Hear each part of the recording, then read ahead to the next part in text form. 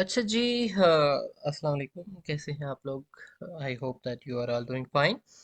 So this is heading 3.5 and in this we are going to discuss key features of 18th century novel. यानी कि 18वीं सदी का जो novel है उसके क्या की फीचर्स थे।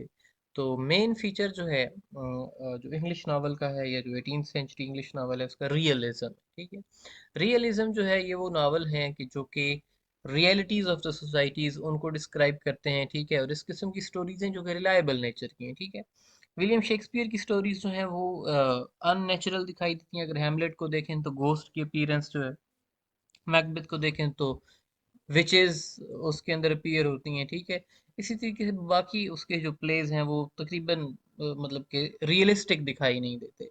तो नावल जो है वो इमिटेशन ऑफ लाइफ और ऑथेंटिक रिलायबल स्टोरीज के जो कि बिलीवेबल नेचर की थी, कि जिनके ऊपर लोग जो है वो यकीन कर सकते थे। ठीक है, अच्छा, इस रियलिज्म को, इस रियलिटी को इन्हांस करने में या इसके इम्पैक्ट को इन्हांस करने में फर्स्ट पर्सन नैरेटिव यानी कि आई के पर्सपेक्टिव से जो स्टोरीज बयान की गई उसने एक अपना अहम किरदार अदा किया और इसने इन्हांस किया इसको। ठीक है, अच्छा, the focus of the protagonist or the hero was given on the middle class people with everyday characteristics। यानी कि जो हीरो या जो लीडिंग कैरेक्टर्स होते थे इनके नॉवेल्स के, वो जो थे वो मिडिल क्लास से बिलोंग करने वाले लोग थे, और मेजॉरिटी चूंकि मिडिल क्लास की थी तो इस वजह से ये स्टोरीज जो थी ये उनको अपील करती थी। ठीक है, इन अदर केसेस जो बाकी राइटर्स हैं प्रोज फिक्शन के, जिसमें जॉनथन स्विफ्ट का नाम शामिल है, इन्होंने सटायर और एलिग्री का इस्तेमाल किया अपनी स्टोरीज को थोड़ा सा आप ये कहें कि यूनिक बनाने के लिए। जॉनथन स्विफ्ट को आप 9064 का आपका प्रोज का कोर्स आएगा उसमें आप उसको पढ़ेंगे। ठीक है, लेक्चर्स उसके अवेलेबल हैं ऑन माई चैनल, तो आपको आइडिया होगा कि वो किस तरीके से सटायर का इस्तेमाल करता है, तंज का इस्तेमाल करता है अपनी सोसाइटी के ऊपर। ठीक है, फिर हेनरी फील्डिंग आते हैं और हेनरी फील्डिंग ने एपिक नॉवेल्स को प्रमोट किया।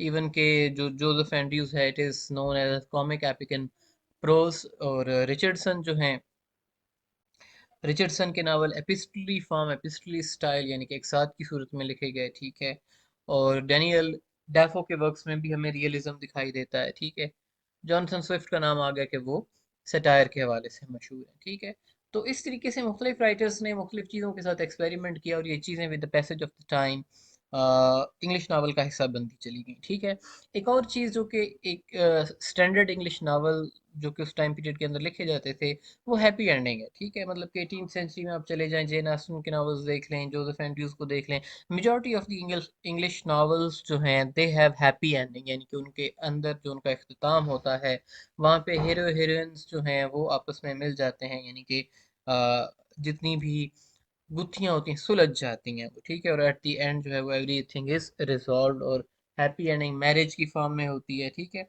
और ये मैरिज जो है जेन ऑस्टन के हमें नॉवेल्स के अंदर दिखाई देती है। बाकी भी तकरीबन काफ़ी सारे नॉवेल्स हैं कि जिनके अंदर हमें हैप्पी एंडिंग का एलिमेंट जो है वो दिखाई देता है। ठीक है, अब हम बात करते हैं पाइनियर इंग्लिश नॉवेलिस्ट की। पाइनियर इंग्लिश नॉवेलिस्ट को मैं हल्का सा टच करूंगा, सिर्फ नाम बताता चलो जाऊंगा आपको, क्योंकि रीज़न ये है कि हम ऑलरेडी इनको इन वन वे और इन अदर वे हम इनको डिस्कस कर चुके हैं हमारी प्रीवियस डिस्कशंस के अंदर। आपको इनके नाम सबके पता है। ठीक है, डैनियल डेफो का नाम आता है, सिर्फ इनके जो मेजर वर्क्स हैं उन मेजर वर्क्स को आपने उन पे फोकस कर लेना है। मॉल फ्लैंडर्स इनका डैनियल डेफो का नावल है। ठीक है, रॉबिन्सन क्रूसो है, और journal of the plague year है। ठीक है, इसमें मॉल फ्लैंडर्स और रॉबिन्सन क्रूसो जो है ये ज़्यादा मशहूर हैं। ठीक है, उसके बाद रिचर्डसन का नाम आता है। तो रिचर्डसन जो थे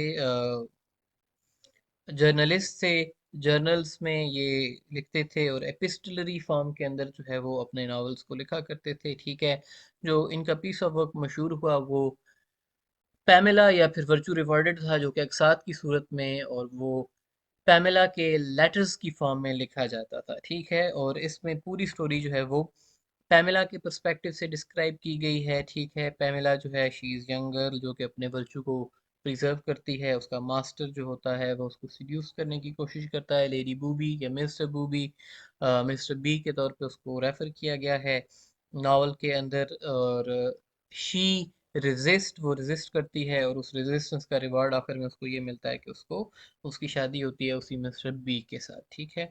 अच्छा, उसके बाद हेनरी फील्डिंग आते हैं। हेनरी फील्डिंग का जो नावल है टॉम जोन्स, काफ़ी मशहूर है। और फिर जोसेफ एंड्रयूज जो है ऑब्वियसली वो मशहूर है। और पैमेला की इन्होंने पैरोडी लिखी थी जिसका नाम शामिला है, ठीक है। और जोसेफ एंड्रयूज जो है it was written in 1749। Henry Fielding he presented a realistic and the true picture of human nature, यानी कि जो असल इंसानी फितरत है उसको इसने प्रेजेंट करने की कोशिश की। और उसने दिखाया कि कई इंसान बहुत ज़्यादा चालाक होते हैं और कई इंसान जो है वो नॉर्मल एक आम इंसान की तरह होते हैं, ठीक है। सो ही कंटिन्यू टू मॉक रिचर्डसन के, रिचर्डसन का इसने मजाक उड़ाया और उसको कहा कि भाई जिस किस्म की स्टोरी इसने लिखी है, इस किस्म की स्टोरीज जो हैं वो रियल सिचुएशन में पॉसिबल नहीं होती, बल्कि ये लेडीज जो होती हैं ये इसको अपॉर्चुनिटी जानती हैं कि कोई अगर हायर क्लास का मर्द जो है वो उनके साथ रिलेशनशिप कायम करना चाहता है, ठीक है। तो उन्होंने इनका मजाक उड़ाया सॉर्ट ऑफ। अच्छा जी, लॉरेंस टर्न का नाम आता है 1713 टू 1768। और लॉरेंस टर्न जो थे ये आयरिश राइटर थे नावल के हवाले से, India he is also known as one of the pioneering novelists. और इनका जो मेन वर्क है वो ट्रिस्टम शैंडे है, जो कि 9 वॉल्यूम्स के अंदर पब्लिश किया गया था। और इन्होंने एक ऑटोबायोग्राफिकल टाइप के जो नावल्स हैं उनकी टेक्निक को इंट्रोड्यूस कराया। तो इनकी एक अपनी कंट्रीब्यूशन है अ, इसकी फील्ड में, ठीक है। इसके बाद और हमारे पास कुछ राइटर्स आते हैं जिनमें जोनाथन स्विफ्ट है, आप उनको प्रोज में पढ़ेंगे। गुलिवर ट्रेवल्स भी उनका पढ़ेंगे, ठीक है। और एक उनका द मॉडेस्ट प्रपोजल है, आप उसको पढ़ेंगे। और जोनाथन स्विफ्ट के बाद जो राइटर हमारे पास आते हैं उनमें टोबिस स्मॉलेट हैं। इनका नाम भी ऑलरेडी जो है वो डिस्कस हो चुका है, ठीक है।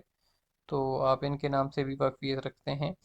तो बस ये नाम जो है, यानी कि जो मेजर राइटर्स हैं उस टाइम पीरियड के, उनके नाम आपको पता होने चाहिए और उनके मेजर वर्क्स जो हैं उनसे आपको वाकफियत होनी चाहिए। अच्छा, पोस्ट 18th सेंचुरी यानी कि 18वीं सदी के बाद का जो नावल है उसके हवाले से कुछ बात की गई है। 18वीं सदी के बाद का जो नावल है उसमें चूंकि रोमांटिक एज का आगाज हो गया, ठीक है, 18वीं सदी के अंदर। तो यहाँ पर आके फिर दोबारा से रोमांटिक नावल का रिवाइवल होता है। और इस रोमांटिक नावल के अंदर फिर हमें वो रोमांटिक स्टोरीज जिसमें जेन ऑस्टन की स्टोरीज हैं, लव स्टोरीज, वो आ गई, ठीक है। और फिर इसमें जो थी वो चूंकि जो रोमांटिक राइटर्स हैं they are more focused on imagination, और जब हम इमेजिनेशन पे फोकस करते हैं तो we have to think out of the box. तो इनकी जो इस टाइम पीरियड के जो राइटर्स थे जिन्होंने 18 समथिंग के बाद लिखा, यानी कि 1800 के बाद जिन्होंने लिखा, उनकी नॉवेल्स के अंदर हमें घोस्ट और इस किस्म के एलिमेंट्स जो है वो दिखाई देते हैं। और इसकी एक मिसाल जो है वो मैरी शैले का वो नावल है जिस पे फ्रैंकनस्टाइन, सॉरी, ठीक है। और फिर ये जो एमिली ब्रोंटे का नावल आता है, शार्लोट ब्रोंटे का जेन एयर है, और एमिली ब्रोंटे का आप नावल इसी सिलेबस में पढ़ेंगे, ठीक है, वुदरिंग हाइट। तो उनके अंदर हमें ये घोस्टली एलिमेंट्स जो हैं दिखाई देते हैं। तो 18th सेंचुरी के बाद 19th सेंचुरी में जब हम नावल को लेके चलते हैं तो उस वक्त तक नावल की वेरियस टाइप्स जो थी या वेरियस इसकी काइंड्स जो थी उनको इंट्रोड्यूस करवा दिया गया था, ठीक है। तो इनमें सबसे पहली काइंड जो है वो नावल ऑफ द मैनर्स है। अब हम इसको डिस्कस करते हैं कि ये नावल ऑफ मैनर्स क्या होता है। वो नावल जो कि सोशल ऑर्डर, यानी कि समाजी जो तबकात की तकसीम होती है उसके हवाले से बात करता है। और वो नावल जो कि ह्यूमन बिहेवियर और इंसानी सोच और इंसानी लेन देन जो है आपस में जो उनका इंटरेक्शन होता है ह्यूमन बींग्स का, उसके हवाले से जो नावल बात करता है उस नावल को नावल ऑफ मैनर्स कहा जाता है।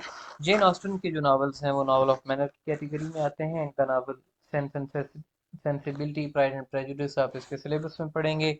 और मैंसफील्ड पार्क है, और इसके अलावा एमा इनका नावल है। इनके नावल काफ़ी ज़्यादा मशहूर हैं, ठीक है।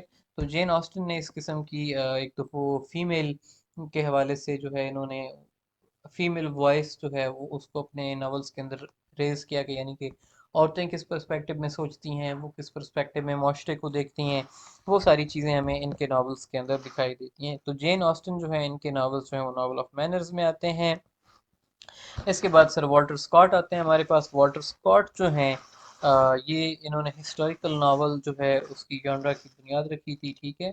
और इन्होंने फेमिलियर टाइप के हिस्टोरिकल नावल्स जो थे, यानी कि जो इंग्लिश हिस्ट्री के जो रियल इवेंट्स थे उनको लिया और उनको इन्होंने फिक्शन की फॉर्म में प्रेजेंट किया, ठीक है। इनका नावल आइवन हुक के नाम से है, जो कि 1820 में लिखा गया था, और फिर रॉबिन रॉय है जो 1817 में लिखा गया था। इनको हिस्टोरिकल फिक्शन के रिप्रेजेंटेटिव वर्क्स के तौर पे जाना जाता है।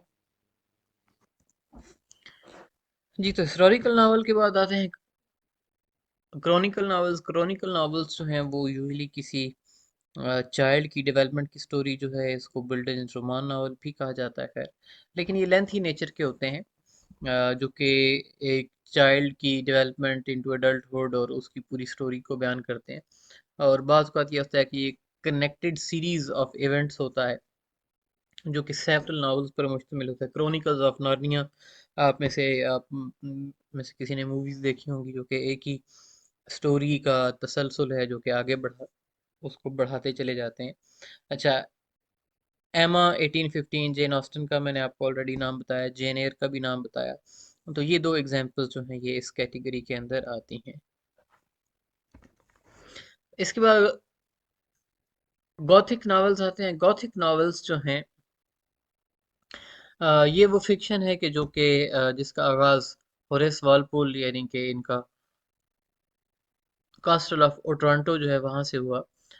अच्छा, गॉथिक स्टोरीज जो हैं ये सारी की सारी स्टोरीज इस किस्म की हैं, जो कि बहुत ही पुरानी किस्म की बिल्डिंग्स के अंदर सेट की जाती हैं, और वहाँ पे घोस्ट्स और मिस्ट्री और हॉरर और वंडर, इस किस्म की चीज़ें जो है इस इन नॉवेल्स के अंदर होती हैं। गॉथिक नॉवेल्स जो हैं, इसमें प्राइम एग्जांपल मैरी शैले का नावल फ्रैंकनस्टाइन है। फ्रैंकनस्टाइन के हवाले से आपने मूवी भी देखी होगी यकीनन, क्योंकि काफ़ी मशहूर मूवी है उसकी, ठीक है। फिर रीजनल नावल आते हैं। रीजनल नावल वो नावल होते हैं जो कि एक ख़ास इलाके की के अंदर सेट किए जाते हैं, और वो उस पूरे रीजन को जो है वो स्टोरी के अंदर डिस्क्राइब किया जाता है, ठीक है। इसका भी ऑलरेडी मैंने नाम लिया था। टॉमस हार्डी जो हैं वो चूंकि वेसेक्स के वेस्ट सेक्सन रीजन जो है इंग्लैंड का, उससे ताल्लुक़ रखते थे, तो उन्होंने अपने नॉवेल्स के अंदर वेसेक्स की खूबसूरती और वो जो एरिया है उसके टाउन्स उनको डिस्क्राइब किया है, ठीक है। इनका the Return of the Native है, Mayor of the Casterbridge है, और फिर Tess of the D'Urbervilles है, ठीक है। ये इनके मशहूर नावल हैं जिनके अंदर जो है वो हमें ये चीज़ दिखाई देती है। फिर इसके बाद स्ट्रीम ऑफ कॉन्शियसनेस नावल आते हैं। स्ट्रीम ऑफ कॉन्शियसनेस में जेम्स जॉयस और वर्जीनिया वुल्फ का नाम जो है वो टॉप पर है। वर्जीनिया वुल्फ का To the Lighthouse novel है, जो कि स्ट्रीम ऑफ कॉन्शियसनेस की टेक्निक को उसके ऊपर लिखा गया है, ठीक है। तो स्ट्रीम ऑफ कॉन्शियसनेस की टेक्निक ये है कि एक बंदा एक बैठा है किरदार, और जो नरेशन है यानी कि अचानक से नैरेटिव उसकी सोचों में चला जाता है, कि उसका ख्यालात या उसका जहन जिस तरीके से काम करता है, या उसकी जहन में जो सोचें चल रही होती हैं, राइटर उन सोचों को जो है वो नरेट कर रहा होता है, ठीक है। और फिर अचानक सीन जो है वो वहीं पे आ, उसका आगाज होता है, कि वहां से किरदार फिर आपस में बातें करना शुरू कर देते हैं, ठीक है। तो ये इस किस्म की टेक्निक होती है। और इसमें interior flow of the thought, यानी कि जो इंसान की अंदरूनी सोचें जिस तरीके से या जिस पैटर्न पे चलती हैं, उसी पैटर्न पे चीज़ें जो हैं वो इस नावल के अंदर भी मूव करती हैं। वर्जीनिया वुल्फ का टू द लाइट हाउस और जेम्स जो इसका यूलिसियस जो है, ये दो नावल हैं जो कि रिप्रेजेंटेटिव रिप्रेजेंटेटिव वर्क समझे जाते हैं इस कैटेगरी के, ठीक है। इसके बाद आपको टाइम लाइन दी गई है नावल की, इंग्लिश नावल की, जिसमें उनकी पब्लिकेशन की डेट्स हैं, तो ये मेमोराइज करने की चीज़ें हैं, लेकिन ये अच्छा डेटा है। इस डेटा को आपने जो है वो थोड़ी सी नज़र मार लेनी है, ताकि ये डेट्स और उनका एक सीक्वेंस जो है वो आपके जहन में जो है वो अच्छी तरीके से बैठ जाए, ठीक है। तो that is all for unit number 3। Next जो हमारा यूनिट है, यूनिट नंबर 4, उसमें हम जाएंगे। तो unit number 4 is concern with Joseph Andrews, a history of adventures of Joseph Andrews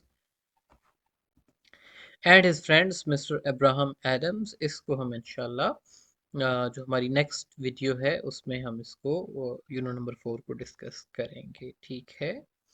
तो thank you so much for listening, take care and अल्लाह हाफिज़।